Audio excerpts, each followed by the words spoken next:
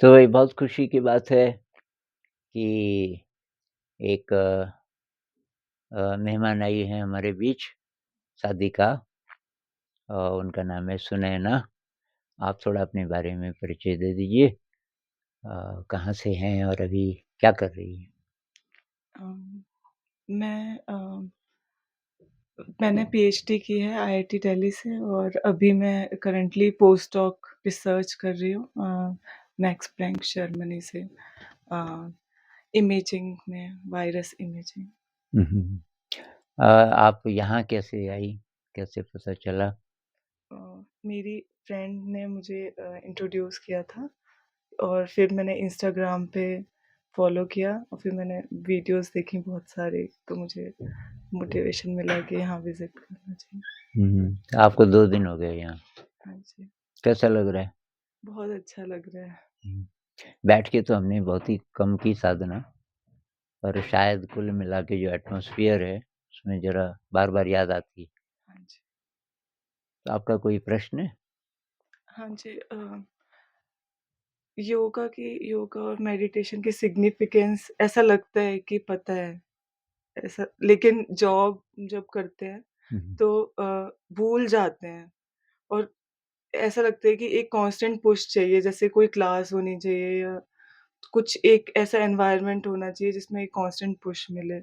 वरना फिर ऐसा अगर ना हो, तो मैंने देखा है कि फिर उस टाइम के लिए हुँ, बिल्कुल बैकआउट हो जाता है, कुछ भी हुँ, हुँ, कंटिन्यू नहीं रह पाता। तो कैसे ऐसा हो कि खुद से ही सेल्फ हुँ, ड्रिवन हो जाएँ? हुँ, हुँ। सपोर्ट तो चाहिए, शायद बुद्ध इसीलिए बोलते हैं संघ। ये बुद्धिज़्म में बोलते हैं ना, संघं शरणं गच्छामि, बुद्धं शरणं गच्छामि, मतलब 3 चीज़ें। तो बुद्ध का मतलब कि कहीं जहाँ से भी गाइडेंस आपको मिलती है, एक तो वो ज़रूरी है।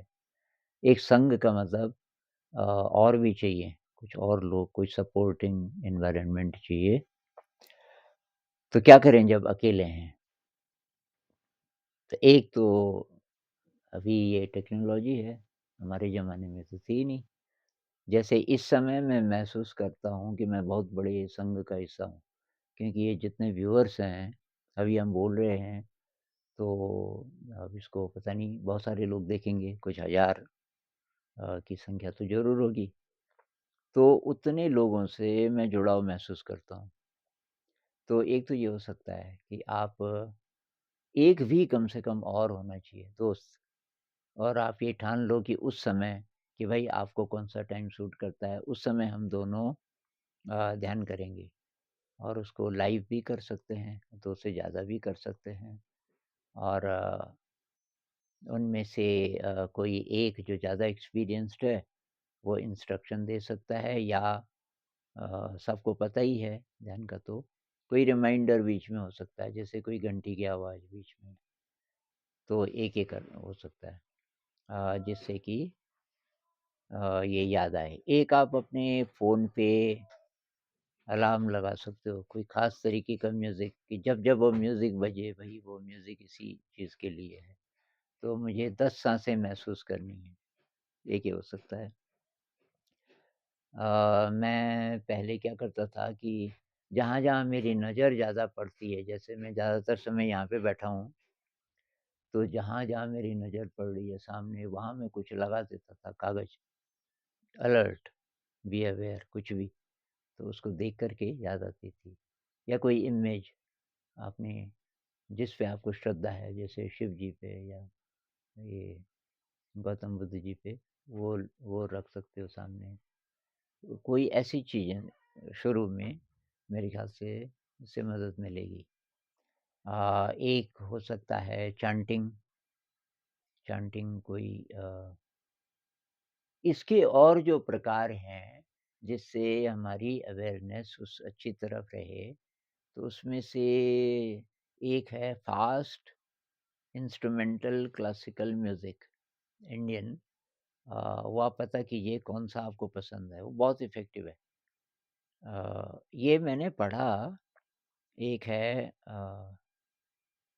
पर कैंडेस पर्ट कोई है, जिसने एक किताब लिखी, द मॉलिक्यूल ऑफ इमोशन।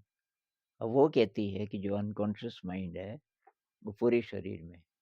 तो ये जो माइंड बॉडी मेडिसिन है, वेस्ट में इस बहुत ज़्यादा उसको बढ़ाने का श्रेय इसको जाता है। अभी डेथ हो गई और बहुत कंट्रोवर्शियल लेकिन बहुत इफ़ेक्टिव। और उसने जो कुछ-कुछ बातें बोली, अब वो मेन स्ट्रीम में आ रही हैं धीरे-धीरे, जिसमें से ये भी एक बात है कि अनकॉन्शियस माइंड कहाँ है। तो वो कहती है फ़ास्ट इंस्ट्रूमेंटल म्यूज़िक जिसमें खो जाएँ आप और उसको लगा दीजिए, उसके साथ आप बॉडी मूवमेंट्स कीजिए, उसके साथ आप डांस कर सकते हो, तो वो भी ध्यान बन जाता है क्योंकि उसमें आप डूब गए।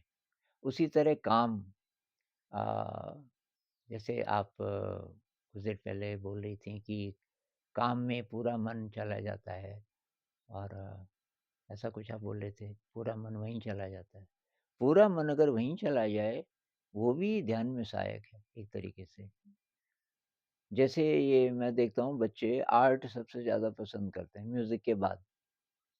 तो अब आर्ट में तो अकेले हैं, म्यूज़िक में तो चलो ग्रुप के साथ हैं। आर्ट में वो अकेले हैं तो अब आर्ट उसके पास रंग है, पता नहीं बहुत-बहुत देर तक लगे रहते हैं उसी में। और यहाँ टीचर नहीं बोलता कि ये बना, वो बना, उसकी जो मर्ज़ी है। तो कोई-कोई बच्चे बहुत कॉम्प्लिकेटेड, वो समझ नहीं आता ये बना क्या रहा है और उसमें बड़ी-बड़ी देर तो खो जाता है।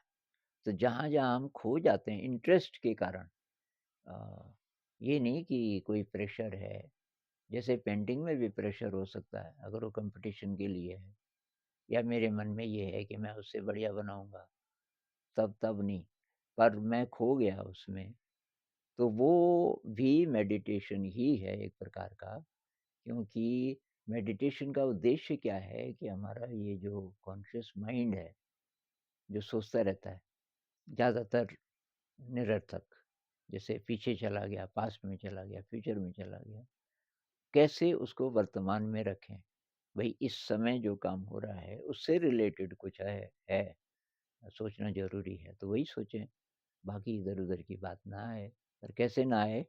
तो उसके लिए कोई ऐसी चीज़ हो जो अ, हमारे अटेंशन को पकड़ सके वर्तमान क्षण में, तो काम भी हो सकता है।